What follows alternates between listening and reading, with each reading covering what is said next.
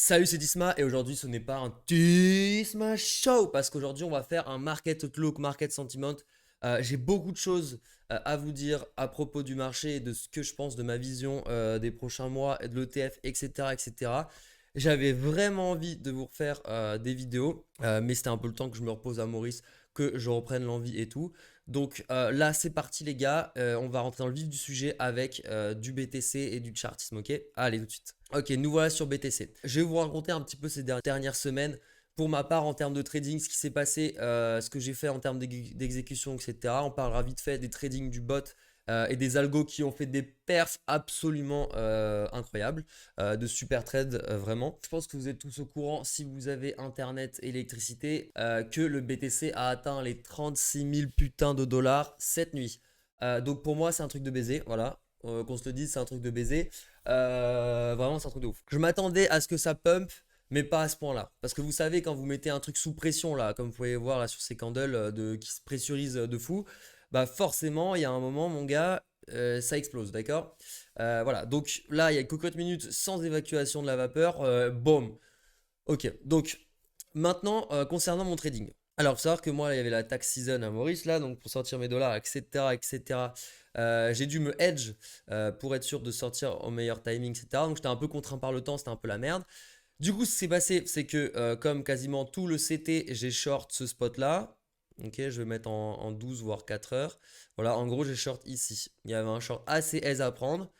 Voilà, le break ici, parce que là, du coup, ce qui se passait, je vous décortique le edge. Euh, En gros, là, on avait tac. Ici, vous voyez, on avait le haut de range, là qu'on a méché au-dessus.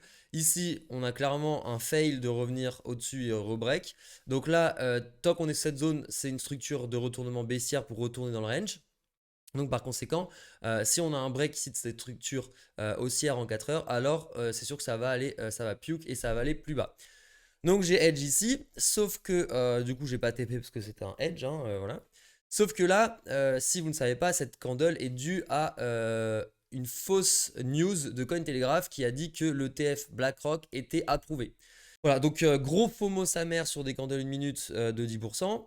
Et là, il y a un truc psychologique qui s'est passé, je pense, chez tous les investisseurs du monde entier. Ils se sont dit, bordel, le Bitcoin est mispricé. C'est-à-dire que là, l'approval, la deadline, la première deadline de l'ETF le plus proche, c'est dans 80 jours. C'est l'ETF ARC d'ARC qui doit être approuvé sous 80 jours. S'il n'est pas approuvé, c'est que aucun ETF sera approuvé, mais c'est impossible. Genre la SEC, si elle désapprouve l'ETF, elle doit donner des raisons hardcore, etc. Mais il n'y en a aucune. Voilà, littéralement, il n'y en a aucune. Juste la SEC, ils sont capricieux, la SEC. Et ils font juste chier. Voilà. Donc ils n'ont aucune raison de disapprove. Le seul truc, c'est que, par conséquent, ici, les gens se sont dit putain, ils regardaient ce qui peut se passer s'il y a, s'il y a un vrai ETF qui est approuvé. C'est une dinguerie de fou. Donc ce qui se passe, c'est que là, on a créé une zone de support justement sur ce que je vous ai dit, ce que je vous disais là, qui était sur cette ligne de résistance, qui était le point pivot pour retourner dans le range. Là, maintenant, elle devient support. Et c'est à ce moment-là que je me suis edge, d'accord? Enfin, j'ai cut mon edge. En gros, voilà. Donc là, ça, hop, tac, je suis revenu là, donc j'ai pris petite perte sur le edge, mais c'est pas grave. L'idée, c'était de reprendre le trade. Donc si en gros, on faisait ça, qu'on venait ici, là, on allait revenir et que ici, on galérait, et bah j'aurais shorté là. D'accord? Et là, bah, on serait revenu dans le range. Sauf que du coup, tout le monde s'est pris d'un FOMO existentiel sur je n'ai pas assez de BTC et l'ETF approche à très grands pas, soit 80 jours. Hein, 80 jours, c'est que dalle. Je vais vous montrer en termes de distance ce qu'on trouve. Alors attendez, je sais plus mes trucs.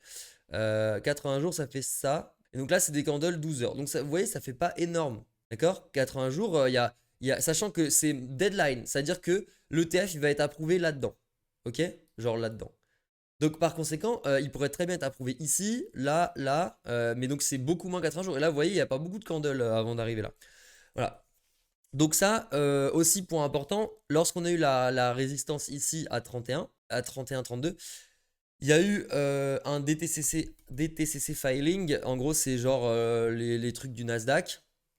Et en gros, dans ces filings, il y a le ticker IBTC qui est le ticker de l'ETF BlackRock qui est apparu dedans. Et ça signifie que le listing de l'ETF est imminent. Voilà, donc là j'aimerais bien être un putain d'insider chez Nasdaq, tout simplement pour me mettre ultra bien. en termes de ce qui va se passer, pour moi, l'ETF BlackRock va être un peu un buy the rumor, sell the news. Pourquoi? Alors, justement, je vous avais fait un tweet à propos de ça le 23 octobre, donc hier, à propos de ça. En gros, qui vous montre, donc ça, là, c'est le launch du premier spot gold en 2004. Vous voyez que là, on a une augmentation près de genre 20%. Donc, les 6 mois qui ont lead à la sortie de l'ETF spot. Petite note, à l'époque, parce que nous, en fait, avec le Bitcoin, on prend la référence de l'ETF de l'or. Ça a méga pump après. Peut-être qu'à l'époque, en 2004, ils n'avaient pas peut-être beaucoup de data sur les launchs d'ETF et du coup, ils ne se sont pas dit ça va être une dinguerie. Donc, nous, c'est encore plus amplifié comme phénomène. Voilà, juste petite précision. Mais vous voyez surtout que là, c'est aussi un buy the rumor, sell the news dans le sens où une fois qu'il y a l'ETF, bah, pendant quasi un an, on stagne, voire on baisse un peu. Donc, pour moi, voilà, c'est un peu ce qui va se passer. On parlera d'analyse technique après. Mais en termes de sentiment analysis, pour moi, c'est un peu un sell the news. Voilà, donc ensuite, c'est à peu près tout. Maintenant, on va parler d'AT, du sentiment général et de ce à quoi vous pouvez vous attendre sur les prochains mois, à mon sens évidemment, et c'est ce que je vais trader. Voilà, donc là, on va parler maintenant de mes trades hors mon edge et les trades du bot. Alors, je m'en veux beaucoup cette semaine parce que j'ai eu une très mauvaise exécution d'un trade qui était Generational Wealth Making, où je me serais mis extrêmement bien sa daronne. En fait, actuellement, il y en a deux. En gros, BTC, ce qui s'est passé, c'est que j'ai long ici. D'accord, j'ai long ce spot là, avec en supposant une condition de la trend en 1 heure et en 4 heures. Sauf que, une fois qu'on est arrivé ici, on avait une triple div 4 heures et surtout on avait une sorte de SFP là. Donc je me suis dit triple div 4 heures, plus le contexte ici qui a indiqué un retournement. Ici ça indique un retournement. Qui indique un retournement plus 15 minutes divergence, 1 heure divergence, etc. Là, il faut que j'arrête. Là, il faut que je stoppe le trade. Donc j'ai stop le trade, sauf qu'en fait, moi à la base, ce trade, il visait les 32 200. Donc moi à la base, ce trade, il devait faire ça. Voilà, d'accord. Il devait faire ça, et en fait, bah, je l'ai close juste là. Mais en gros, l'erreur que j'ai faite, c'est que j'aurais dû ouvrir ce trade sur un sub-account qui m'aurait permis en fait de le garder en tant que swing parce que vu que j'étais focus sur du court terme scalping, ça c'est mon erreur souvent et il faut absolument que je m'améliore en 2024 sur ça. C'est que en fait je mélange les swings et les scalps. C'est-à-dire que j'ai des excellentes visions de swing, d'entrée de swing, mais le truc c'est que vu qu'en petit time frame, bah, je fais des scalps, bah, je me dis ok ça va return. Du coup, bah ça return en petit time frame. Sauf que j'ai cut le swing et en fait bah du coup ça dump de 200 $, mais après ça repump et ça explose le truc, tu vois. Et donc du coup bah moi j'ai TP ou SL alors qu'en fait bah ça va pas du tout invalider mon swing. Genre c'est juste qu'il faut que je fasse vraiment une distinction entre les deux types de positions dans ma tête et dans mon trading. Et ça c'est extrêmement important, c'est limite basique j'ai envie de dire. Mais je fais encore l'erreur. Voilà, mais bon au moins je sais d'où elle vient. Donc là je me suis fait baiser, là j'ai perdu, j'ai gagné là-dessus mais j'ai beaucoup de manque à gagner. Et là ETH pareil. J'avais un trade de folie qui était comme ça, Et pareil, comme un cuck, je suis pas allé, j'ai pas attendu le top. Et en gros, une fois qu'on avait pris les SL, pareil, sur le même move, j'ai cut en pensant qu'il y avait des divs. Voilà, same shit. Donc ça, erreur, les deux erreurs, bon les deux profits, mais les deux erreurs. Et deux swings que j'ai int. Voilà. Ok, donc ça c'était pour les swings que j'ai donc j'ai foiré. Concernant les trades du bot, en fait, je vais vous en parler dans une autre vidéo qui va sortir juste après celle-ci, qui parlera du copy trading en général, parce que le copy trading, on a très très bien perfait ces 2 derniers mois. Donc je vous en parler plus dans la prochaine vidéo, parce que je préfère faire un tuto à part. Mais en gros, le bot a fait des putains de masterclass. Il a tapé un short ici, là, le top de la mèche, into, close ici, into long. Donc masterclass, genre juste un truc de ouf. Il a tapé un long ici qu'il a close ici. Voilà, des trucs, vraiment des super trades. Maintenant, on va parler d'AT général et ce à quoi vous pouvez vous attendre sur les prochains mois, prochaines semaines. Donc, pour moi, il y avait des points clés sur ces structures. Donc, comme je vous ai montré tout à l'heure, voilà, elles sont là et elles sont du coup ici. Il y avait ces structures, donc ces droites, ces lignes horizontales d'intérêt. Et vous voyez, le marché, en fait, il les a très très bien respectées. Alors pour moi ici, donc ça c'est le début du move. Ici, ce début de move extrêmement important. Grosse prise DSL, donc là on aurait pu dire que c'est problématique, mais en général quand c'est des trucs comme ça, l'order book, C'est pas un SFP, hein, ce genre de choses, c'est un truc assez une anomalie de marché à cause des news. Donc pour moi, voilà, pas à prendre en compte comme un SFP. Ici, on break. Donc là, la structure baissière est clairement établie en un range. Ici, on rechoppe le top du range, on redrop, etc. On revient chez le top du range, on le break avec force. Et ensuite, on reste dessus. Ça, c'est un retournement. Ça veut dire que le range est fini et qu'on va probablement accélérer la tendance. Voilà. Donc là, on accélère. Ici, là, triangle, on revient. Donc là, on cherche le bad range. On essaye de choper et de grind à la baisse, mais impossible. On repart, on remonte au-dessus du range. Ici, triangle, on explose, on pète tout. On remonte ici. Là, ça commence à être, si on était genre sur une petite tendance haussière, là, à ce moment-là, on aurait pullback ici et on aurait commencé à redrop et revenir chercher ces niveaux. Sauf que là, le FOMO s'intensifie chez un peu tous les participants sur le marché. Et donc là, on a des divergences 4 heures, etc. Qui sont en train de se créer. Là, vous voyez, on a un premier SFP. D'ailleurs, sur BTC-USD, voilà, là, ici, on a un beau SFP qui a cherché la liquidité au-dessus au-dessus de la mèche précédente, parce que sur les perps, il y a juste eu, vous savez, pour liquide les shorts, il y a beaucoup plus de disparité en termes de prix sur des gros mouvements. Et donc, par conséquent, ici, donc, on a une consolidation qui se fait, qui est en train de se former. Et là, en fait, ici, ce break ici est important. C'est là où on recommence à accélérer. Ici, on recommence à fort accélérer le mouvement. Et là, ça, pour moi, ce break signifie qu'on va accélérer en parabole. Tout simplement parce qu'on a eu des divergences 4 heures. Si ça aurait du dump ici, ça aurait du dump maintenant là. Mais pas repartir à la hausse.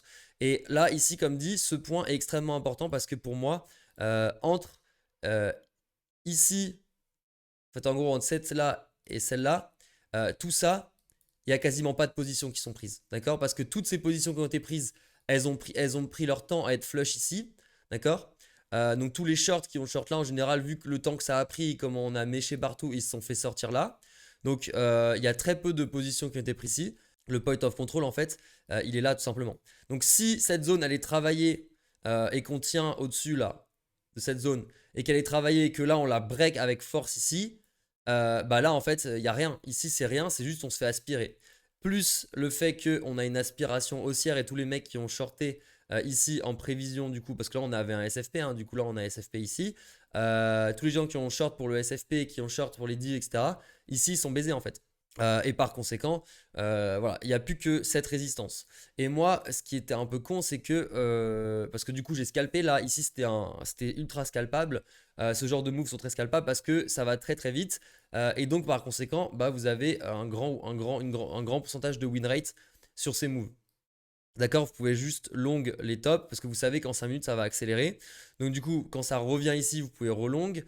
Ici, donc là j'avais, en fait moi ce que j'ai fait c'est que j'avais à la base j'ai long ici, donc là dans les stops parce qu'en gros ici sur le point of control 1 heure, donc j'ai long là, genre avec pour donner une idée, genre de scalping que je fais, euh, voilà, je long ce genre de move, je long ici, je laisse des longs là, et ensuite je mets mon SL dans cette zone, d'accord? Où en gros on a un truc comme ça, tu vois. Donc max on vient chercher là, mais pas en dessous. Parce que sinon on casse la structure 1 heure, on vient trop deep sous cette ligne, ok, d'accord? Et là ça risque de refaire un top de range. Donc du coup, j'ai long là, j'ai TP du coup là sur le 8612 sur la div, et parce qu'on a pris les SL sur Binance et sur BitGet. Là, j'ai relong ici avec un stop loss sous le low là. Donc en mode on revient chercher là, ça baisse, d'accord? Parce que toujours ici, on garde une... l'idée c'est de garder une trend qui monte, vous voyez? En gros, je vais vous clean un peu. Mais en gros, l'idée c'est d'avoir une trend qui accélère. Parce que là, on part sur une phase d'accélération, hein, comme on l'a dit. En gros, on va faire des trucs comme ça, tu vois? Voilà, donc là, on passe sur une phase d'accélération. De parabole, en fait, simplement. Voilà, donc par conséquent, c'était les trades. Et ensuite, par contre, du coup, là où j'ai troll, c'est que j'ai close à 32 200. Le trade que j'ai repris là, j'ai close à 32 200. Le problème, c'est que sur ce genre de spot, évidemment, ça allait exploser. Genre, c'était sûr, in inside, c'était sûr que ça allait exploser. Et je pensais juste que, parce que là, pour vous donner une idée, chez moi, il était 1h du mat. Moi, je rentre en France ce soir, j'ai mon vol, j'ai grave des trucs à faire. Je pouvais pas me permettre de trop dormir. Du coup, je suis éclaté là parce que j'ai pas dormi. Parce que j'ai tapé un méga short à 34 745, truc comme ça, que j'ai close ici. Donc là, méga bon short. Là, c'était obvious, hein. Vu la pump, là, c'était sûr que en termes de breaker, vous voyez, les breakers là, 1 heure, 12 heures, c'est mes indicateurs. Oui, donc ça contexte et breaker sur mes indicateurs. Je vous mets les liens dans la bio, il suffit d'aller liker sur TradingView les indicateurs et de me follow sur TradingView si ce n'est pas déjà le cas. Pour les mettre sur votre chart. Après, vous allez dans indicateurs. Voilà, là vous êtes dans favoris et vous n'avez plus qu'à cliquer sur les scripts. Voilà, Black Flamingo, Tisma BRK, Tisma Context. Et j'en ai d'autres, Funding Overlay et Funding Time. Si jamais ça vous intéresse de voir les fundings sur votre chart. Bref, c'est à peu près tout. Maintenant, sur le moyen terme. Ok, ce que je vois sur BTC, ça va être le point final de cette analyse. Là, actuellement, vu la pump, les gars, je vais pas vous mentir, je pense que rebuy à 28 000, c'est mort. Avant un beau bout de temps. Ça va dépendre de plusieurs choses. Ça va dépendre en fait de jusqu'où on monte avec l'ETF BlackRock. Pour moi, il y a des grandes chances qu'on top ici à 40 000 et qu'on fasse un truc comme ça. D'accord? Ok. Je pense que c'est le scénario le plus probable qu'on ait genre du coup une news, enfin qu'on ait l'approval de BlackRock dans cette zone, et que du coup on ait un sell the news. Et ici, il faut savoir que ce spot là, pour moi, c'est le début du bear market. Ici, c'est vraiment voilà, pour moi, c'est le début du bear market, les mecs. C'est cette ligne. Voilà, c'est ce qui fait tout le bear market en fait. Voilà. Donc pour moi, il y a une grande chance qu'on revienne avec la pump, on revienne chercher là. Je pense par contre que là, on est vraiment overextend et qu'on va avoir une consolidation comme ça et repump. Ou alors, on revienne chercher un petit peu là et qu'on repump après. Mais là, actuellement, dans les prochaines semaines, je ne vois pas du tout arriver les 28K. Il va falloir prendre son mal en patience. Et je pense même que nous ne le reverrons jamais parce que le halving, il est dans cette zone-là. Et donc pour moi, bah, je pense qu'on va taper le BlackRock. Le TF BlackRock va pas juste envoyer des centaines de milliards dans le marché. Donc on va pas juste pump à l'infini. Sachant que le contexte économique reste dégueulasse. Les taux, je rappelle, les taux sont estimés à 5,50 encore en début 2024. Donc ce qui veut dire taux élevé veut dire les bons du trésor américain qui yield du 5% à l'année plus sur du 10 ans, c'est-à-dire que là, tu as 1 million, tu donnes 1 million aux US, au gouvernement US, et eux, ils te filent 5% de ton million tous les ans, pendant 10 ans, assuré. Donc les gars, en fait, ça aspire énormément de liquidité du marché, parce que du coup, pas besoin de risquer sa thune si tu peux juste la mettre en safe à 5% sur 10 ans. Donc c'est un banger. Voilà, donc ce qui fait que le contexte macroéconomique reste toujours nul à chier. Donc je vois pas une pump ultra sustained après l'approval BlackRock. Pour moi, c'est un peu le truc. Et ensuite, par contre, on va avoir un slow bleed qui va revenir ici, une réaccumulation, et là, on va repartir. Voilà. Mais en gros, pour moi, ce genre de scénario est le plus probable. Modulo, enfin à défaut d'avoir une guerre ou whatever, hein. S'il y a une troisième guerre mondiale, ça va peut-être changer la donne. Voilà, bon là on sera peut-être plus là sur YouTube à en parler, mais voilà, bref, j'espère pas évidemment. Donc pour moi c'est le scénario le plus probable, c'est ce genre de truc, ça va être un buy the rumor, sell the news, donc enfin on va réaccumuler là, repartir à 40 000 assez rapidement. Mais bon, il faudra quand même qu'on accumule un peu là parce que là on est trop overextend.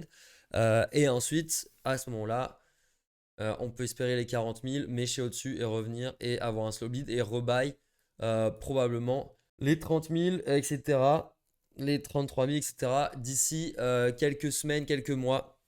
Mais j'ai du mal à entrevoir un rebuy plus bas, les gars. Honnêtement, je pense que si vous n'avez pas rebuy à 28 000, je pense qu'il y a une forte probabilité que vous ne revoyez jamais ces 28 000. Ne jamais dire jamais, mais la probabilité est assez faible. Donc je pense que c'est à peu près tout pour ces analyses. J'espère que ça vous a plu. Si c'est le cas, n'hésitez pas à venir dire coucou sur mon Discord, qui est complètement gratuit évidemment.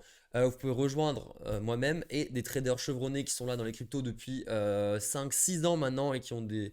Et grâce à cette pomme qui sont de nouveau riches, big up à eux. Et on fait plein de trucs sur le Discord, etc.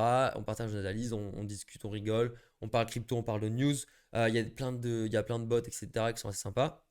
Et aussi, si jamais, c'est là où se passe tout le copy trading. Si ça vous intéresse de suivre mes algos de trading qui perfent de fou, qui ont perf depuis leur inception, ces 2 derniers mois qui perfent de fou, voilà, n'hésitez pas sur Discord et à me suivre sur Twitter où je poste plein de trucs super fun. Voilà, vous inquiétez pas, c'est du good contenu. Allez, sur ce, je vous dis à très bientôt pour une prochaine vidéo et à bientôt. Peace.